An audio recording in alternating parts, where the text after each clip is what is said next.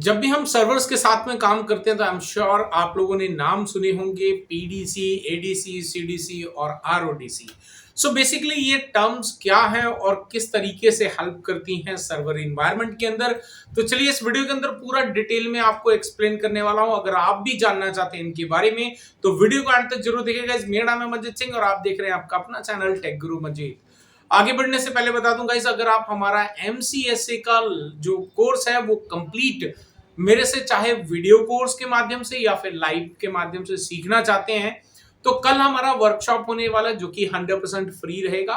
अगर आप उसमें ज्वाइन करना चाहते हैं वर्कशॉप के अंदर और आगे एनरोल करना चाहते हैं तो लिंक डिस्क्रिप्शन के अंदर दिया गया, उस पर क्लिक करके हमारे व्हाट्सएप ग्रुप को ज्वाइन कर लें। वहां पर आपको मीटिंग आईडी वगैरह दे दी जाएगी और कल रात को जो है 8:30 बजे ये वर्कशॉप स्टार्ट होगा और वहां पे सारी डिटेल जो है वो चाहे वीडियो कोर्स हो चाहे लाइव हो, दोनों के बारे में डिटेल इंफॉर्मेशन आपको प्रोवाइड करी जाएगी।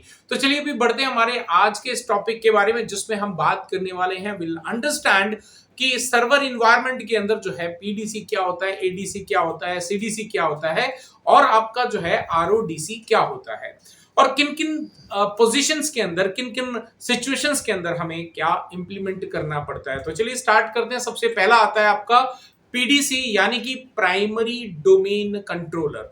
तो जब भी हम किसी भी एक कंपनी के अंदर काम करते हैं तो उस कंपनी के अंदर जो है डेफिनेटली एज अ इंजीनियर हमें बहुत सारे कंप्यूटर्स को कंट्रोल करना पड़ता है और ऐसे में अगर आप उन सभी सिस्टम्स को सिक्योरिटी भी एनहेंस करनी पड़ती है तो अगर आप ऐसा करना चाहते हैं तो वहां पर आपको एक डोमेन कंट्रोलर इंप्लीमेंट करना पड़ेगा जिसको आज की डेट में हम एडीडीएस के नाम से जानते हैं। तो बेसिकली ये डोमेन कंट्रोलर क्या करता है, आपके उस पूरे कंपनी के नेटवर्क के जितने भी कंप्यूटर्स हैं उनको कंट्रोल कर लेता है ताकि आप as a admin of the server जो आप मैनेज कर रहे हैं तो आपके लिए इजी हो जाता है टास्क कि अब आप अपने यूजर्स को कंट्रोल कर सकते हैं कि वो क्या कर सकता है और क्या नहीं कर सकता है। तो ऐसे के लिए जो है आपको सबसे पहले एक इंप्लीमेंट करना होता है जिसको हम कहते हैं पीडीसी यानी कि प्राइमरी डोमेन कंट्रोलर। तो ये सर्वर जो है आपका मेन सर्वर होता है जहां से पूरा नेटवर्क जो है वो आपका कंट्रोल किया जाता है और प्लस यहाँ पे बहुत सारे फीचर्स होते हैं जिसको हम इंप्लीमेंट करते हैं और अपने यूजर्स को अकॉर्डिंगली जो है वो सर्विसेज प्रोवाइड करी जाती हैं।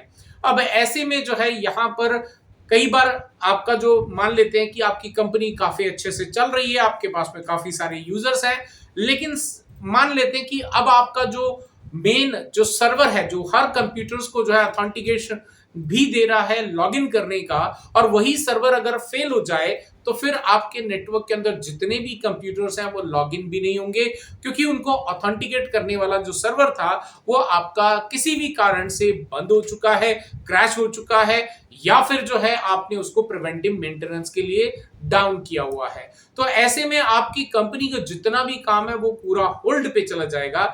ऐसे में एक और सर्वर की रिक्वायरमेंट होती है जिसको हम कहते हैं एडीसी यानी कि additional domain controller. Additional domain controller जो है जो आपका प्राइमरी डोमेन कंट्रोलर है उसी का ही मिरर पार्ट होता है यानी कि उसी का ही डुप्लीकेट कॉपी होती है जिसको हम एडीसी कहते हैं। एडीसी आपके नेटवर्क के अंदर सिर्फ काम करता है, एक्टिवली जो है वो अपडेट करता रहता है अपने आप को जो भी पीडीसी करता है। इनकेस अब आपको पीडीसी को प्रिवेंटिव मेंटेनेंस में लेना है या फिर जो है उसके अंदर कोई भी हार्डवेयर फेलियर हो गया या सॉफ्टवेयर का कोई इश्यू आ रहा है तो ऐसे में आप उसको डाउन कर सकते हैं और अब आपका जो पूरा वर्कलोड है वो आपके एडीसी के पास आ जाएगा। अब क्योंकि एडीसी जो है वो पूरा वर्कलोड हैंडल कर रहा है तो ऐसे में आपके जो एंड यूजर्स हैं उनको बिल्कुल भी नहीं पता चलेगा कि आपका जो पीडीसी यानी कि प्राइमरी डोमेन कंट्रोलर है उसमें किसी भी तरह का कोई भी प्रॉब्लम हुआ है या फिर आपने प्रिवेंटिव मेंटेनेंस के लिए उसको डाउन किया है। तो आपके कंपनी का जो भी काम है वो सुचारू रूप से चलता रहेगा। फिर एक और सर्वर होता है जिसको हम कहते हैं सीडीसी। सीडीसी यानी कि child domain controller. Child domain controller कहने का मतलब है कि लेट्स से एग्जांपल लेते हैं कि आपके नेटवर्क के अंदर, आपकी कंपनी के अंदर बहुत सारे डिफरेंट डिपार्टमेंट्स हैं और उन सभी डिपार्टमेंट का जो वर्कलोड है वो एक ही सर्वर के ऊपर है जो कि है आपका पीडीसी।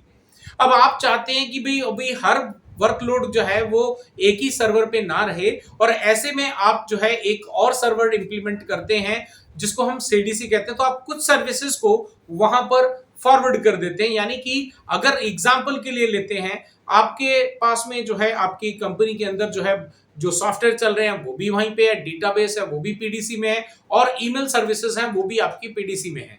लेकिन अब आप चाहते हो कि जब भी कोई ईमेल से रिलेटेड अगर कोई रिक्वेस्ट हो आपके किसी भी यूजर की, तो वो आपके मेन यानी कि पीडीसी के पास ना आकर वो जानी चाहिए सीडीसी के पास में। तो यानी कि आपने ईमेल का जितना भी वर्कलोड है वो आपने कहां पे शिफ्ट कर दिया, एक डिफरेंट सर्वर के ऊपर में। आप इस तरीके से मल्टीपल सीडीसी जो है वो आप क्रिएट कर सकते हैं। लेट्स से आपके पास में एफटीपी सर्वर भी अवेलेबल है। अब एफटीपी का जो भी वर्कलोड है वो भी आप प्राइमरी डोमेन कंट्रोलर पे नहीं देना चाहते। कारण यह है कि अगर आप ऐसा करते हैं तो डेफिनेटली आपका जो मेन एप्लीकेशन रन हो रही है उसका भी जो है प्रोसेस थोड़ा सा स्लो हो जाता है।